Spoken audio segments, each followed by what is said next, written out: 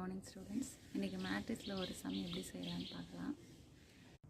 இன்றைக்கி நம்ம என்ன பார்க்க போகிறோன்னா, ரெண்டு மேட்ரிக்ஸ் கொடுத்துருக்காங்க. A matrix 5 2 9 1 2 8, B matrix 1 7 1 2 5 -1. Verify that AB whole transpose is equal to B transpose A transpose நம்ம ப்ரூவ் பண்ணணும். ஸோ இந்த சம் ரொம்ப ஈஸி. ஃபஸ்ட்டு எல்ஹெச்எஸ் எடுத்துக்கிறேன். எல்ஹெச்எஸ் எனக்கு என்ன கண்டுபிடிக்கணும்? ஏபி டிரான்ஸ்போஸ் தான் கண்டுபிடிக்கணும். அதுக்கு நான் ஃபஸ்ட்டு வந்து எனக்கு ஏபி தேவை. ஸோ ஏ மேட்ரிக்ஸ் அப்படி எழுதியிருக்கேன், பி மேட்ரிக்ஸ் அப்படி எழுதியிருக்கேன். இங்கே அதோட ஆர்டர் எழுதியிருக்கேன். அதாவது நம்பர் ஆஃப் ரோஸ் எத்தனை? 2 ரோஸ் இருக்குது. நம்பர் ஆஃப் காலம்ஸ் வந்து 3 இருக்குது. இப்போ 2/3. இப்போ இந்த இதில் வந்து நம்பர் ஆஃப் ரோஸ் வந்து 3 இருக்குது. நம்பர் ஆஃப் காலம் வந்து 2 இருக்குது. அப்போ 3/2.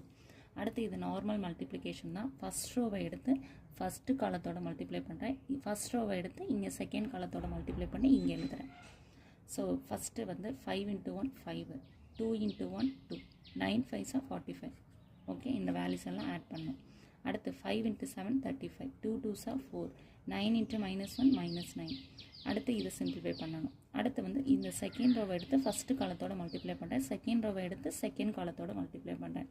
இப்போ 1 × 1 1, 2 × 1 2, 8 5s 40. அடுத்து 1 7s 7, 2 2s 4, 8 × -1 -8. இப்போ இதை சிம்பிளிஃபை பண்ணால் என்ன வரும்? 52. இதை சிம்பிளிஃபை பண்ணால் என்ன வரும்? 35 4 ஆட் பண்ணால் 39. 39லேருந்து 9 போயிடுச்சுன்னா என்ன வரும்? 30 வரும். அடுத்து 40 + 2 + 1 43. அடுத்து இதை சிம்பிளிஃபை பண்ணால் என்ன வரும்? 7 + 4 என்னது? 11. 11லேருந்து 3 போயிடுச்சுன்னா என்னது? 11லேருந்து 8 போயிடுச்சுன்னா என்ன வரும்? 3. அடுத்து ஏபி டிரான்ஸ்போஸ் தான் எனக்கு தேவை. AB whole transpose. அப்போ என்ன பண்ணணும்? ரோவை காலமாக மாற்றணும், காலத்தை ரோவாக மாற்றணும். சரியா? அப்போ 52 43. அடுத்து வந்து இங்கே 33. இப்போ அடுத்து என்ன பண்ணணும்? ரைட் சைடு நான் கண்டுபிடிக்கணும். சரியா?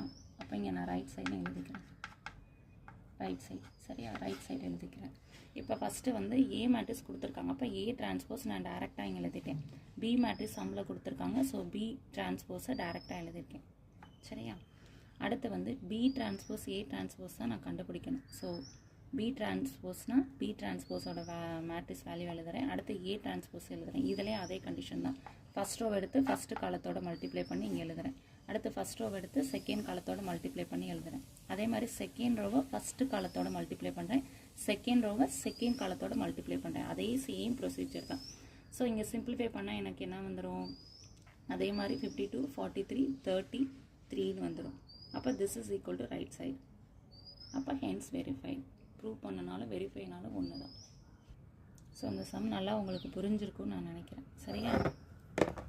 ரொம்ப ஈஸியான சம் தான்.